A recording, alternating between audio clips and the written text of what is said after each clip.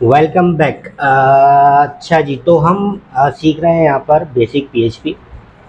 और basic PHP में data types हम सीख चुके, वेरिएबल सीख चुके, एरे सीख चुके। आज हम बात करेंगे कंडीशंस की, कितनी टाइप की कंडीशंस होती हैं और उनको किस तरीके से एक्सप्लोर किया जा सकता है। तो मैं प्रीवियस कोड यहाँ से डिलीट कर रहा हूँ और कंडीशंस में पहले बात कर लेते हैं कि हमारे पास पीएचपी में दो तरह की कंडीशंस होती हैं, इफ़ एल्स, और एक कंडीशन होती है स्विच। इफ़ एल्स और स्विच। स्विच किस तरीके से काम करता है, इफ़ एल्स किस तरीके से काम करता है, इस वीडियो में हम थोड़ी सी डिटेल उसकी देखेंगे। सबसे पहले कवर कर लेते हैं स्विच को, क्योंकि स्विच बहुत कॉमन, बहुत रेयर केसेस में, मैं बोलूँगा कि बहुत रेयर केसेस में यूज़ किया जाता है। तो स्विच को करने के लिए क्या कोड होता है, हम लिखते हैं स्विच और उसके अंदर हम डिफ़ाइन करते हैं एक वेरिएबल जो कि कंडीशन पर डिपेंड होता है और उसके थ्रू उसका एक मैसेज या कोई भी फर्दर कंडीशन लगाई जा सकती है।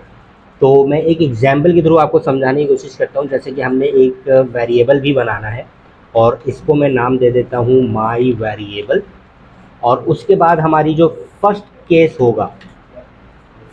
होगा फॉर एग्जांपल इसमें हम कर लेते हैं ब्लैक। ठीक है। और जब ये केस ब्लैक होगा तो उस वक्त क्या शो होना चाहिए, उस वक्त शो होना चाहिए this is the black colour. ये मैं सिर्फ एग्जाम्पल के थ्रू समझा रहा हूँ, ये बहुत ज़्यादा मॉडिफाई हो सकता है और हम इसको बहुत अलग अलग तरीक़ों से भी प्रिंट कर सकते हैं। अच्छा जी, हमने एक केस बना दिया ब्लैक, एक केस हम बनाएंगे रेड और इसको भी हम सबसे पहले ब्रेक कर देंगे कि यहाँ पर जब कोड पहुँचे तो उसके बाद ये ख़त्म हो जाए, फर्दर रीड ना करें। तो यहाँ पर हम इसको कर देते हैं एको और इसको लिख देते हैं this is the red colour. और यहाँ पर हमें एक डिफ़ॉल्ट केस भी डिफ़ाइन करना होगा। इन केस अगर वेरिएबल हमारा अनडिफाइंड है तो वहाँ पर हमारे पास क्या शो होना चाहिए डिफ़ॉल्ट मैसेज में। तो उसके बाद मैं यहाँ पर इसको टाइप कर देता हूँ this is the default colour which is white. This is the default colour white. और अब मुझे यहाँ पर एक वेरिएबल डिफ़ाइन करना होगा, in my case my variable which is green. ठीक है। अब मेरे इन दोनों केसेस में ना ब्लैक है ना रेड है, तो मुझे ये वाला मैसेज नज़र आना चाहिए। तो मैं क्विकली ब्राउज़र में आ जाता हूँ और इसको रिफ्रेश करता हूँ तो मुझे यहाँ पर मेरा डिफ़ॉल्ट कलर मिल रहा है जो कि वाइट है। अगर मेरे केस में यहाँ पर ब्लैक होता तो अब तक आप समझ गए होंगे कि मुझे ये वाला मैसेज शो होना चाहिए था। तो हम इसको अलग अलग तरीके से यूज़ कर सकते हैं स्विच को। और इसको फर्दर जब हम एप्लीकेशन की तरफ जाएंगे, मैं जैसे कि आपको पहले बता चुका हूँ कि स्विच का बहुत रेयरली इस्तेमाल होता है और बहुत कम ऐसी जगहें हैं जहाँ पर हम स्विच का इस्तेमाल करते हैं। मोस्ट कॉमनली जो यूज़ होने वाला है वो इफ़ एल्स है, तो उसको मैं बड़ा डिटेल में समझाऊंगा आपको। तो इसलिए मैंने जो एग्जांपल देनी थी स्विच की, बहुत नॉर्मल सी एग्जांपल, और ये इसी तरह से इस्तेमाल हो रहा है। इसमें फर्दर कंडीशंस भी लग सकती हैं कि अगर ब्लैक हो या फर्स्ट नेम ये हो या लास्ट नेम ये हो या डेट ये हो या ईयर ये हो या मंथ ये हो, तो किस तरीके से एप्लीकेशन ने रिएक्ट करना है। इन केस अगर मैं चाहता हूँ एक एप्लीकेशन में कि मेरे एप्लीकेशन में अगर करंट मंथ मे है और मे का वेरिएबल डिफाइंड है, क्योंकि हम इसको भी बाय डिफ़ॉल्ट लेकर आ रहे हैं। मैं इसको क्विकली करके दिखाता हूँ। डेट कर लेते हैं और डेट में मंथ डिफाइन कर देते हैं और इसमें मैं चाहता हूँ फॉर एग्जांपल मे। सबसे पहले इसको एको करके देख लेते हैं कि ये एको क्या कर रहा है। ठीक है। और फर्दर केसेस को मैं कर देता हूँ कमेंट। सेव करते हैं फाइल को और रिफ्रेश करते हैं तो मेरे पास मे कैपिटल में लिखा हुआ आ रहा है, तो मुझे इसको कैपिटल वर्डिंग में करना पड़ेगा।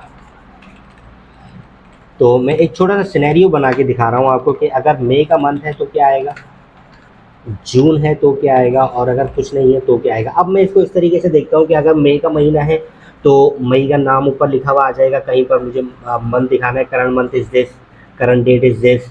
तो मैं इस तरीके से एक ही स्विच बना के उसको फर्दर वेरिएबल में अपडेट करवा सकता हूँ। और फिर लेकिन इसके लिए मुझे बहुत बड़ा एक कोड लिखना पड़ेगा। तो हम इसके लिए जब इफ़ एल्स में जाएंगे तो वहाँ पर हम इसको बहुत अच्छे तरीके से सीखेंगे। तो क्विकली शिफ्ट करते हैं शिफ्ट एंड एल्स पर। ये सारा कोड मैं डिलीट करता हूँ और इफ़ एंड एल्स की भी बहुत एक मेजॉरिटी वास्ट, मैं कहूँगा कि बहुत वास्ट वैरायटी में आप इसको यूज़ कर सकते हैं, वाइडली यूज़ किया जाता है और बहुत बेहतर कंडीशंस लगाई जाती है। हम डेटाबेस में भी इसका इस्तेमाल करते हैं, यूज़र को काउंट करने के लिए भी करते हैं और बहुत सारी फंक्शनलिटी है अगर जो हम करेंगे। जब हम फॉर्म सबमिट कर रहे होते हैं उस वक्त भी हमें इफ़ एंड एल्स की ज़रूरत होती है, स्विच पर वो काम नहीं हो सकता। तो इफ़ एंड एल्स किस तरीके से काम करता है, छोटा सा कोड मैंने आपको एग्जांपल के तौर पर दिया।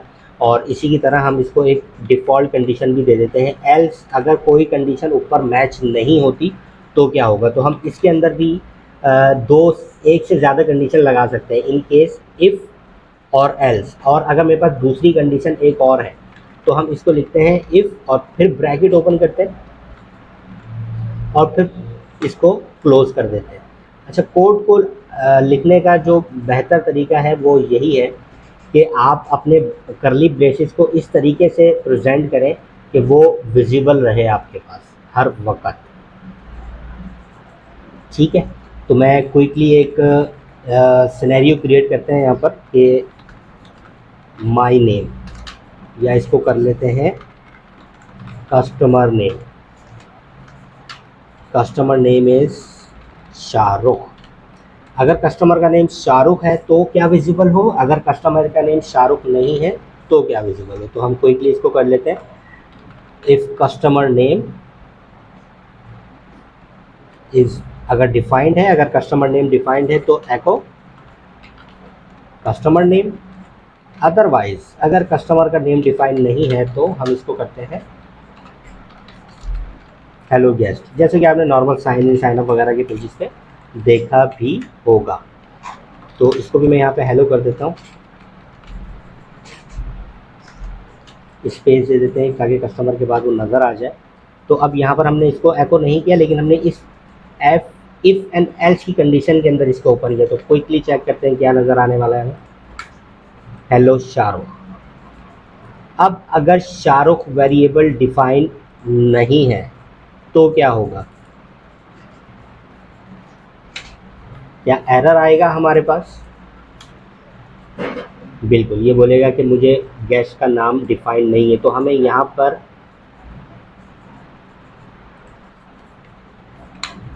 इसको करना पड़ेगा नल। और अब देखते हैं हेलो गेस्ट, क्योंकि कस्टमर की जो वैल्यू है वो डिफाइंड नहीं है। Customer is self as a variable defined है, लेकिन उसकी वैल्यू डिफाइंड नहीं है, जो कि यहाँ पर वैल्यू आनी थी। जो ये वैल्यू है अगर ये डिफाइंड नहीं है तो हमारे पास हेलो गेस्ट यहाँ पर प्रिंट होकर आ जाएगा। अगर मुझे एक और कंडीशन भी बनानी है तो उसके लिए हम क्या करेंगे, उसके लिए हम करेंगे if customer name is Shahrukh. If customer name defined है तो हेलो कर दो, और अगर कस्टमर नेम डिफाइंड शाहरुख है और डिफाइंड नहीं है इन केस, और उसके बाद है अख्तर, तो अब क्या प्रिंट होगा, hello customer name, hello Shahrukh defined है,